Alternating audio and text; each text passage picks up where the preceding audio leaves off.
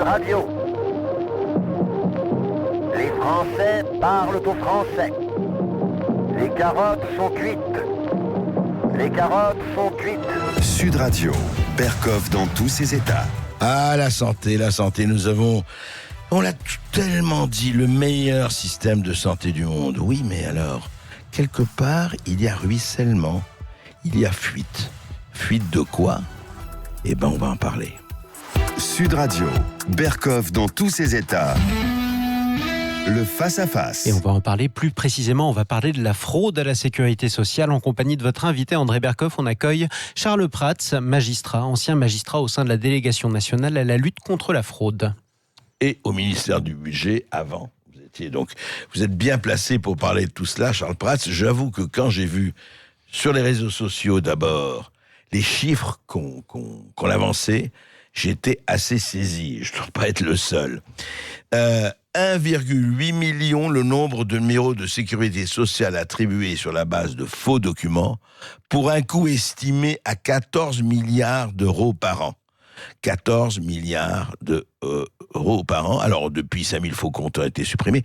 Mais dites-moi, 14 milliards d'euros par an, il n'y aurait pas eu de gilets jaunes sur les ronds-points si ces 14 milliards d'euros auraient été attribués autrement. Mais comment, alors, dites-moi, comment vous avez d'abord découvert cela ? Comment ça s'est passé ? En fait, pour vous refaire l'histoire, en 2010, au ministère du Budget, nous sommes avertis qu'il y a un problème sur l'immatriculation à la sécurité sociale des personnes nées à l'étranger. Vous savez que quand vous avez un numéro de sécurité sociale, il vous est attribué selon votre date et lieu de naissance. 1, si vous êtes un homme, 2, si vous êtes une femme, l'année de naissance, le département, etc., la ville dans laquelle vous naissez, le mois où vous naissez et votre numéro d'ordre sur l'état civil. C'est le fameux qu'on met toujours dans les fiches, Tout etc. À fait. Ouais. Et donc ça, quand vous naissez en France, si vous attribuez, c'est comme ça, c'est quasi automatique puisque en fait, il y a un processus normé.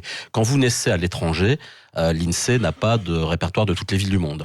Donc là, il faut une immatriculation manuelle qui se fait, que vous soyez d'ailleurs français ou étranger, né à l'étranger, des enfants d'expatriés par exemple. Bien sûr. Et quand vous rentrez dans le système social, en général quand vous commencez à travailler, à ce moment-là, votre dossier, vous l'envoyez à un service qui s'appelle le Sandia, qui dépend de la caisse d'assurance vieillesse, à qui l'INSEE a délégué ce travail-là. Et eux vont vous immatriculer sur la base de pièces d'identité, d'état civil, des actes de naissance, etc., etc. Donc ils vous donnent un numéro. Et on vous attribue le numéro 1, si vous êtes un homme, 2, si vous êtes une femme, votre année de naissance, mois de naissance, etc. Et après, la fin du numéro, selon un code qui est donné, c'est attribué manuellement. Bien. Et là, on nous dit à l'époque, attention, il y a un problème depuis le décret Jospin de 2000 de simplification administrative où les gens pouvaient donner des photocopies. Et il y a beaucoup de fraude. On nous informe comme ça un peu par le bouche à oreille. Gorge profonde, formateur, tout ce que donc vous allez creuser un peu. Donc tout ça, en 2010, on va creuser, et notamment un groupe qui s'appelle le GILFI, qui est le groupe interministériel de lutte contre la fraude documentaire, la fraude à l'identité, va dans ce service et demande à avoir des dossiers. Et donc on leur montre des dossiers, et là ils découvrent, donc on est en 2010, ils découvrent que tous les dossiers qu'on leur présente sont tous bourré de faux documents.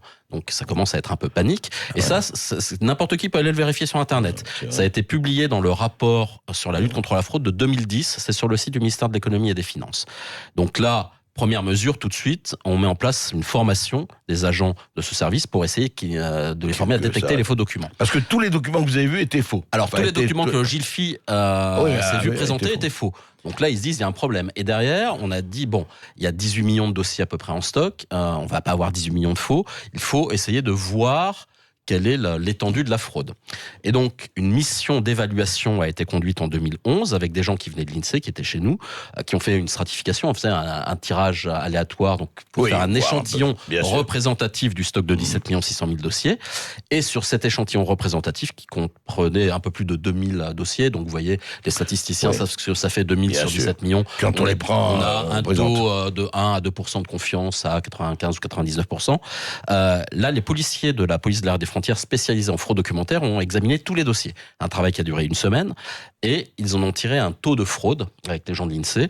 Et ce taux de fraude, de faux documents dans le dossier, rapporté à l'échantillon, c'était 10,4%. Donc 10,4% de 17 600 000 numéros de sécurité sociale attribués à des gens nés à l'étranger à l'époque, ça fait 1 800 000 numéros de sécurité sociale, le NIR, attribués sur la base de faux documents. Et c'est ce chiffre-là qui était dans le rapport, donc ce chiffre de 10,4%, n'importe qui peut aller sur Internet, c'est sur le site du ministère de l'économie et des finances, aller le consulter. Et il y a eu une réunion, bien sûr on s'est rendu compte qu'il y avait un problème, donc réunion au niveau des cabinets ministériels, des directions, etc. En décembre 2011, les documents ont été mis en ligne par Nathalie Goulet, sénatrice. N'importe qui peut aller sur Twitter, elle les a mis sur Twitter, donc allez voir ce document. Vous l'avez dit, on ira. Voilà. Non, mais parce que c'est intéressant que les gens aillent voir d'eux-mêmes. C'est vrai. Parce que il y a un petit peu de contestation en ce moment sur la véracité de tout ça, donc que les gens aillent juger sur pièce. Et donc, nous avons modifié la loi fin 2011 pour dire, en cas d'attribution de numéro de sécurité sociale sur la base de faux documents, on ferme le robinet, on arrête de payer les prestations aux fraudeurs, puis on voit ce qui se passe, on reprend le dossier, etc., etc. Donc, juste un mot. La majorité de ces fraudes venaient de quel pays? Alors, vous aviez, grosso modo, c'était moitié des documents français, moitié des documents étrangers, et sur les documents étrangers, à 80%, Algérie, Maroc, Mali, non, pas du tout la Tunisie. Algérie, Maroc, Mali et je crois Congo, pays d'Afrique. Alors, à noter, ce n'est pas parce que le document est d'origine ou prétendument d'origine de tel pays que le fraudeur est de cette nationalité-là. Il faut bien comprendre. Oui, tout à fait. Il faut décorréler. Vous avez eu un exemple il y a un an à Strasbourg. C'était un monsieur algérien qui devait être en situation régulière d'ailleurs, qui s'était créé une fausse identité irakienne. Voilà. Pour pouvoir toucher l'allocation adulte handicapé, les allocations logement, etc. Il avait touché 32 000 € en 2 ans et demi. Donc il faut bien comprendre, c'est pas parce que quelqu'un va avoir moi par exemple, on pourrait dire, avec ma tête barbue, etc., je peux aller me créer 25 identités algériennes. Ouais. Ça peut passer. Mais je suis pas algérien. voyez, donc ça, il faut vraiment décorréler. Mais Charles Prats, 14 milliards d'euros, c'est énorme. Bah, c'est l'enjeu potentiel de fraude. Si vous voulez, ce qui s'est passé à l'époque, quand on a fait cette évaluation statistique en 2011, on dit voilà, il y a un taux de fraude de 10,4%, etc. Mais l'évaluation n'est pas allée jusqu'au bout, c'est-à-dire sur l'évaluation de l'impact financier. C'est-à-dire qu'on n'a pas été regardé parce que techniquement, ce qu'on appelle... ça, c'est arrivé plus tard. Alors, non, mais c'est même pas arrivé du tout. C'est-à-dire que ce n'est pas 14 milliards, ce n'est pas un montant de fraude, c'est un montant d'enjeu potentiel de fraude. Faut bien comprendre. C'est-à-dire que justement, comme l'évaluation financière n'a jamais été faite, pour X ou X raisons. Pour politiquement correct, dites-moi tout. J'en sais rien. Honnêtement, vous avez eu donc ce travail de 2011 qui a chiffré. Je sais, parce qu'on aurait pu le chiffrer là. Voilà. Aussi. Oui. En 2013, le même travail a été refait. On était à 10,45%, donc on était au même niveau. Et depuis, il n'y a pas eu de nouvelle évaluation. Et si vous voulez, c'est d'ailleurs le travail parlementaire qui devrait être fait aujourd'hui. Je pense que c'est la meilleure des choses à faire, c'est de reprendre les dossiers de 2011, puisque là, les noms, on les avait, de l'échantillon représentatif, puisqu'on avait déjà un échantillon représentatif, et ce serait de regarder sur chacune des personnes combien elle a touché. Et donc après, on fait une moyenne, et on saurait, pour extrapoler, quelle est potentiellement la fraude statistiquement qui serait faite. Mais 14 milliards, en gros, c'est la dépense moyenne de sécurité sociale, dans les 7 500 et quelques euros par an, multiplié par 1 800 000 NIR potentiellement frauduleux. L'exemple que je vous ai donné de Strasbourg est très intéressant. C'est très au-dessus de 7 000 Charles Prats, vous n'êtes plus un magistrat à la délégation nationale de lutte contre la fraude, vous êtes à la liberté et la détention, mais je voudrais savoir, est-ce qu'il y a eu depuis des enquêtes comme vous l'avez fait? Vous ne savez pas? Écoutez, il faut reprendre. Nous sommes en 2019, début 2019. Nous sommes en 2019. Le rapport officiel, vous avez le rapport officiel pour 2011 qui expliquait cela. Le rapport officiel de la lutte contre la fraude pour 2013 qui reprenait la nouvelle évaluation qui était globalement la même, ça n'avait pas bougé. Et depuis, vous n'avez plus rien. Alors si vous avez un rapport de l'Inspection générale des finances et de l'Inspection générale des affaires sociales qui évoque ce problème de la fraude documentaire, qui est un rapport de début 2016, du premier semestre 2016, qui dit bien qu'il y a un problème. Mais sans aller plus loin. Mais sans aller plus loin. Et donc, vous n'avez pas aujourd'hui, en tout cas publié, de rapport sur un taux de fraude. Alors, quand on regarde les derniers articles qui sont sortis, puisqu'il y a des journalistes qui ont posé des questions à l'administration, on nous parle d'un taux de 2018, mais moi, j'ai pas vu le rapport publié encore en 2018. Donc, peut-être qu'un rapport existe, mais bon. Je vous dis ça, Charles Prats, c'est intéressant, parce que vous avez parlé, parce que il y en a évidemment, et vous êtes contesté, et certains contestent cela.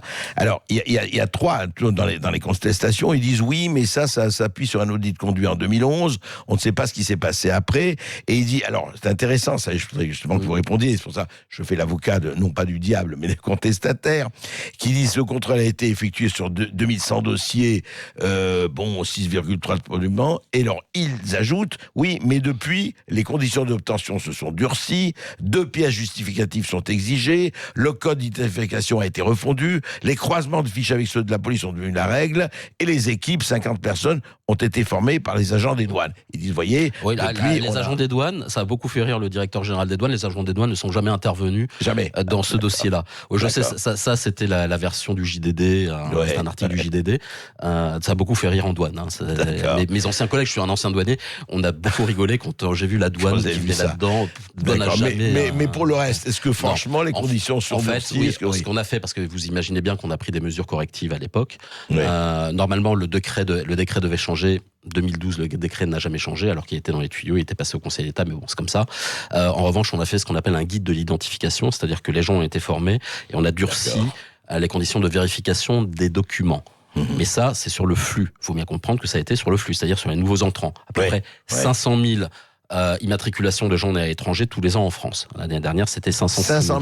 Oui, 506 000. C'est-à-dire qu'aujourd'hui, le stock n'est plus de 17 600 000 NIR. Aujourd'hui, le stock est de 20 900 000 numéros de sécu attribués à des gens nés à l'étranger en 2018. Et donc 506 000. Et en raison, 530 000 par an. 506 000 l'année dernière. Oui, d'accord. Et ça, c'est sur le flux. Effectivement, le flux, le contrôle a été durci.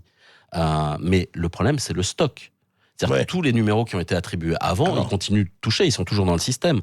Alors moi, je ne suis plus aux manettes, mais j'ai vu les articles de presse. Il y a eu des articles dans le Figaro, dans l'Opinion, etc. Et tous les journalistes, en fait, ont conclu en disant, je crois que c'est l'article de l'Opinion, où le journaliste explique curieusement, c'est les mots, curieusement, rien n'a été fait sur le stock. Et c'est là où le bas blesse. Mais où le bas blesse. C'est-à-dire que le 1 800 000 numéros qui avaient été découverts statistiquement à l'époque, en 2011, qu'est-ce qui a été fait dessus ? Parce que ceux-là, ils continuent de toucher. Et j'invite les gens, amusez-vous à faire fraude, fausse identité CAF ou assurance maladie, etc. sur fraude, Google. Fausse identité Google. Et vous avez tous les articles de la presse régionale régulièrement où il y a des gens qui se font choper, etc. Qui avec ces identités différentes, qui avec cette identité différente, etc. Parce que le stock, c'est combien aujourd'hui, on pourrait dire ? Vous avez toujours ce stock de 1 800 000 de l'époque, donc 18 millions, sur lesquels manifestement rien n'a été fait. Parce que les nouveaux entrants, ce sont des nouveaux entrants. Oui, bien sûr. Et ceux qui sont avant. Et ceux qui continuent probablement à frauder. Donc il y a un vrai travail, et je le comprends, c'est un travail énorme. Ça veut dire reprendre quasiment 20 millions de dossiers, chercher dans ces 20 millions de dossiers où sont les faux. Alors on peut avoir des indices pour orienter le travail. Mais c'est un vrai travail. C'est un vrai travail, je le comprends. Je conçois que c'est quelque chose qui doit prendre plusieurs années. C'est un travail sur 4-5 ans. Mais enfin, écoutez, en prenant ce que vous avez dit, s'il y a 14 milliards d'euros quand même de pertes, enfin de manque à gagner, c'est quand même assez hallucinant. C'est de la compte trésorerie. tenu de ce qui se passe en France aujourd'hui. Tout à fait. Et en plus, c'est de la trésorerie. C'est-à-dire que c'est pas des cotisations qui ne rentreraient pas. Là, c'est de l'argent qui sort tous les mois. Oui, c'est ça. Voilà. Donc exactement. Ça, c'est de la trésor qui sort. Donc il y a un véritable impact budgétaire et en trésorerie. Et c'est assez, si vous voulez, ce qui est incompréhensible, c'est cette espèce de déni. Vous voyez, la sénatrice Nathalie Goulet avait fait voter un amendement pour qu'il y ait un rapport qui soit fait dans les 6 mois par le gouvernement sur ce problème-là, en fin d'année dernière. C'est voté par le Sénat. En fin d'année dernière, 2018. Oui, 2018, là, il y a 2 mois. Ça arrive à l'Assemblée nationale, et là, l'Assemblée nationale, à la demande du gouvernement, d'ailleurs, amendement, avec avis favorable du gouvernement, annule ce rapport. On a le sentiment qu'on n'a pas le droit de poser la question. De poser la question et d'enquêter là-dessus. Et qu'on n'a pas le droit d'aller voir ce qui se passe. Oui, et ce qui se passe dans la presse. J'ai souvenir d'un article sur Internet, sur le site de France Info, pour ne pas les citer, où ils expliquent que la direction de la sécurité sociale ne comprend pas d'où vient le chiffre de 1 800 000 NIR attribués sur la base de faux documents. Enfin, c'est un document de cabinet de réunion. Il y avait le directeur du projet fraude de la DSS qui était présent à cette réunion. Enfin, vous voyez, il y a des choses qui sont quand même très très étonnantes. J'avoue honnêtement que je ne comprends pas pourquoi on n'a pas le droit de regarder. Vous ne comprenez que trop qu'on a envie de ne pas ouvrir la boîte de Pandore parce que ça poserait des interrogations. Ça pose des interrogations, oui et non, parce que comme je vous l'ai dit, vous avez ce n'est pas parce que le faux document est de telle nationalité que le fraudeur est de cette nationalité-là. Non, donc on n'est pas ni sur de la chasse aux pauvres, ni sur de la chasse à l'étranger, on est sur de la chasse à l'escroc, en gros. Ce qui est, mais bien sûr. Eh bien, écoutez, merci en tout cas. C'est une invitation à travailler, à continuer à travailler.